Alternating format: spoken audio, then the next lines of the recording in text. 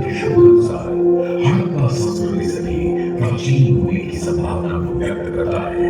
वहीं पौराणिक काल में रचित वेदों, पुराणों और दर्शनों में इसका वर्णन माहेश्वरी के नाम से किया गया है। इस नगर का उल्लेख रामायण और महाभारत जैसे धार्मिक ग्रंथों में भी मिलता है। ऐसी मान्यता है कि त्रेता युग में माहेश्वरी नैनय वंश के चक्रवर्ती सम्राट महाबली वंश की राजधानी थी। 1000 भुजाओं के साथ चलने वाले महाबली वंश को सहस्रार्जुन के नाम से भी जाना जाता है, जो आगे चलकर एक महान चक्रवर्ती सम्राट बने और उन्होंने महेश्वर या कहें समय की माहेश्वरी को बनाया और बसाया। इसी नगरी में सहस्त्रधारा स्थान पर सात कुंड विद्यमान है, जहाँ सहस्त्रार्जुन भगवान दत्तात्रेय की उपासना किया करते थे, जिससे उन्हें अनेक दिव्य शक्तियां प्राप्त हुई।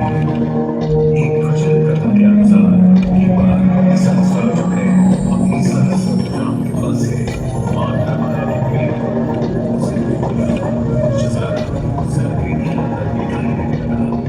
तब उड़ान गगन हाथ से अपने पुष्पों को मार दिया। लंका के रावण ने जब यह नीला दल देखा, उन्हें अपने आराध्य भगवान शिव की प्रार्थना करने के लिए यह एक उपयुक्त स्थान लगाया। तत्पश्चात भी रावण तल पर पहुंचे और वहीं प्रेत से एक शिवलिंग का निर्माण कर तपस्या में लीन हुए। वहीं दूसरी ओर जब सहस्त्रार्जुन ने मां नर्मदा की देवी को प्राप्त किया, तो जल के तेज प्रभाव से रावण के साथ साथ उन द्वारा बनाया गया शिवलिंग क्रोधित रावण ने इस उत्साह करने वाले सहस्त्रार्जुन को बनाकर और कहा, हे अग्नि, हे अग्नि, तुमने रावण की पूजा में विघ्न डालने का साहस किया है, तुम्हें इसका दंड अवश्य मिलेगा। तुम्हारे मन के पश्चात ही अब मेरा यह क्रोध शांत होगा। मैं तुम्हारे कपल लंका तुम्हें युद्ध की लड़ाई करता हूँ। मेरी इन सहस्त्र भुजाओं के समक्ष तुम्हारा ये सब आया और शब्दों की मौत चलाकर आओ युद्ध करो।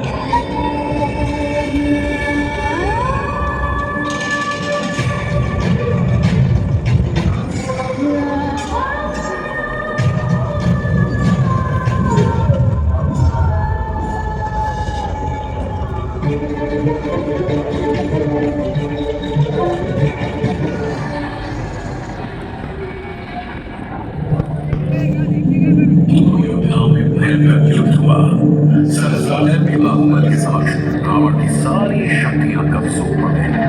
अंततः युद्ध में सहस्त्रार्जुन विजयी हुए।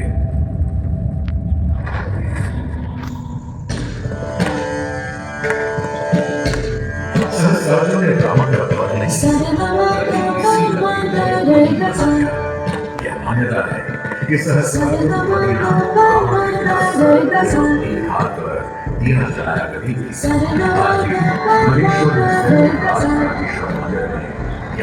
अखंड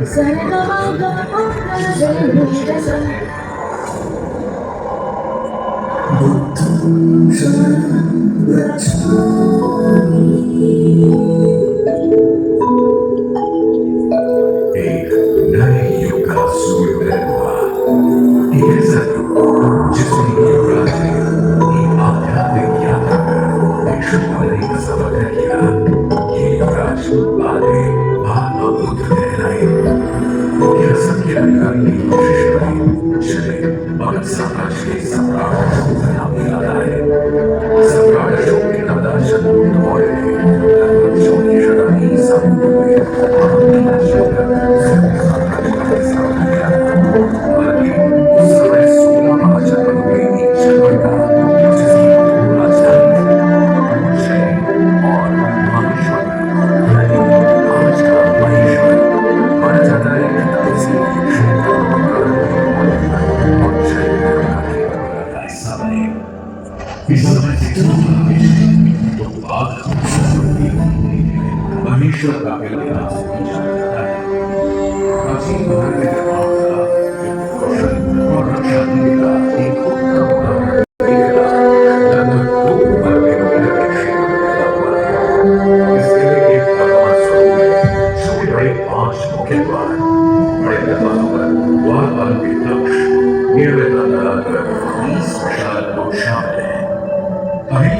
से सीधे एक साथ अहिल्याबाई की पहुंच जाती है, जिसे राजवाड़ा कहा जाता है। नहर के करीब माता अहिल्याबाई होल्कर का प्रार्थना कक्ष स्थित है, जिसे देव पूजा के नाम से जाना जाता है। देवी अहिल्याबाई का जीवन भक्ति भाव से परिपूर्ण था। वे प्रतिदिन शिवलिंग का अर्चन करती थीं। आज भी राजवाड़ा में मां के शिवलिंग का पूजा किया जाता है। पुण्य श्लोक देवी अहिल्याबाई होल्कर की धर्म परायणता का पता इस बात से भी चलता है कि उन्होंने नर्मदा परिक्रमा वासियों के लिए सरल एवं धैर्य की व्यवस्था, संस्कृत भाषा, योग शिक्षा, सांस्कृतिक गतिविधियां एवं व्यापार को बढ़ावा देने के लिए अनेक कार्य किए। उन्होंने न केवल काशी में नर्मदा के शिवलिंग नर्मदेश्वर की विश्वनाथ के रूप में स्थापना कर मंदिर का जीर्णोद्धार कराया, बल्कि महेश्वर में भी काशी जैसा ही विश्वनाथ मंदिर का निर्माण भी करवाया। इसी कड़ी में उन्होंने महेश्वर में स्थित जगन्नाथ जी के मंदिर के समक्ष पश्चिमाभिमुख विकृत के सुंदर विग्रह युक्त प्राचीन मंदिर का जीर्णोद्धार भी करवाया। ऐसे मंदिर पौराणिक महेश्वर भगवान परशुराम के द्वारा विप्रश्रेष्ठ भगवान परशुराम की श्रद्धालुओं द्वारा पूजा अर्चना का क्रम नियमित रूप से चला है। हिमालय की ऊपर स्थित केदारनाथ एवं बद्रीनाथ ज्योतिर्लिंग से लेकर दक्षिण में समुद्र तट पर स्थापित रामेश्वरम ज्योतिर्लिंग तक देवी अहिल्याबाई ने अनेक निर्माण एवं जीर्णोद्धार के कार्य करवाए। उन्होंने ओंकारेश्वर, त्र्यंबकेश्वर, शरणापुरी, उज्जैन, पाली, नासिक, भारतवर्ष में मंदिरों का जीर्णोद्धार एवं निर्माण कार्यों के साथ साथ अनेक एवं धर्मशालाओं का निर्माण कार्य भी करवाया। अपनी प्रजा की हर संभव सेवा करने के बारे में सोचती रहती राजमाता देवी अहिल्याबाई होल्कर को एक रात उनकी बहू कृष्णाबाई ने कहा, माँ साहब, आप अभी तक सोई नहीं? ऐसी क्या बात है जो आपको इतनी देर रात विचलित कर रही है? नहीं, ऐसा कुछ नहीं। हम तो बस कुछ नए कानून लाए हैं जिनसे स्त्रियों के अधिकार सुरक्षित हो सके। अब हमारे राज्य में विधवाओं को पति की संपत्ति तथा पुत्र को गोद लेने का अधिकार मिल सकेगा। इसके अलावा न्यायपालिका को मजबूत करने के लिए राज्य में नियमबद्ध न्यायालयों का निर्माण कराया जाएगा। ये तो प्रजा के लिए बहुत ही अच्छा होगा माँ साहब। पर माँ साहब, आपने सुरक्षा के विषय में भी कुछ सोचा है? क्योंकि कुछ समुदाय समाज से खुद को अलग समझते हैं। तुम्हारा इशारा मैं समझती हूँ कृष्णाबाई। मैंने विभिन्न समुदाय के लोगों को समाज की मुख्य धारा में लाने का फैसला कर लिया है। मैं उन्हें उनकी पहाड़ी अस्थिरता से हटा ईमानदार किसानों के रूप में बसने के लिए राजी भी कर चुके हैं। सुरक्षा की समस्या हल होते ही हमारे राज्य में व्यवसाय में बढ़ोतरी हुई। सुरक्षा के मद्देनजर उन द्वारा महिलाओं की सशस्त्र सेना भी बनाई गई। राजमाता देवी अहिल्याबाई होल्कर के अनुसार सुरक्षा समस्याओं से निवारण होने के बाद महेश्वर में तरह-तरह के व्यवसायी एवं कारीगर आने लगे। यह नगर अनेक बुजुर्गों, बेरोजगारों एवं कारीगरों का घर बना। महेश्वर का यह क्षेत्र मजबूत मानवीय संगठन बना, जहाँ नगर महेश्वर साड़ी की सुंदरता पूरे भारत में प्रसिद्ध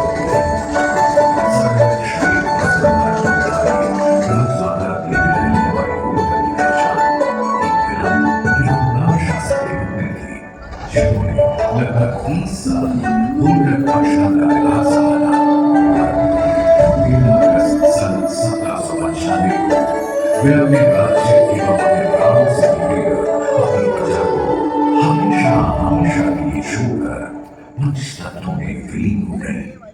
होल्कर राज्य में दरबारी पंडित और शालीग्राम में पुण्य श्लोक देवी अहिल्याबाई उनका वर्णन करते हुए अहिल्यागामी नामक ग्रंथ भी लिखा, जो देवी अहिल्यागामी के नाम से प्रसिद्ध है। राजमाता देवी अहिल्याबाई होल्कर के कुशल नेतृत्व एवं सैन्य प्रतिभा ने आने वाली पीढ़ियों को प्रेरित किया। 19वीं शताब्दी के शुरुआती दौर में होल्कर भारत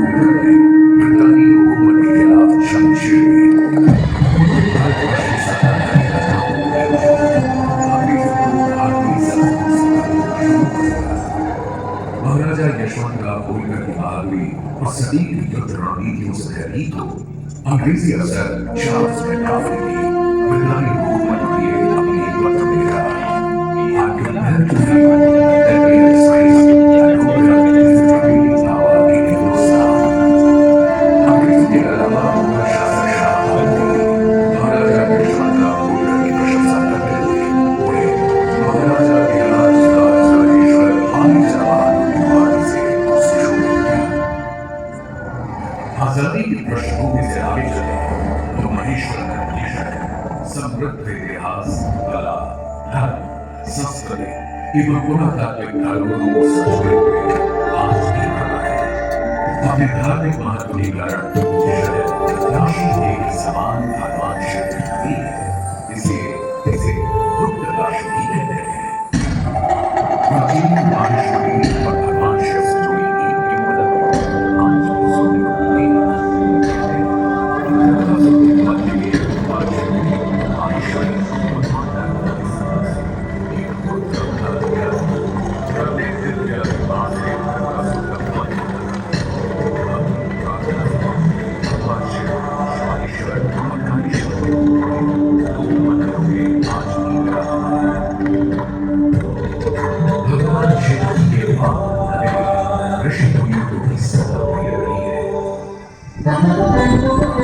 धर्म की बात तो महेश्वर जी का स्थान है, जहाँ पंडित मंडल मिश्र एवं नर्मदा अष्टकम और सहस्रार के रचयिता जगत गुरु आदि शंकराचार्य की शास्त्रार्थ एवं सनातन धर्म को एक उत्तम दिशा दी।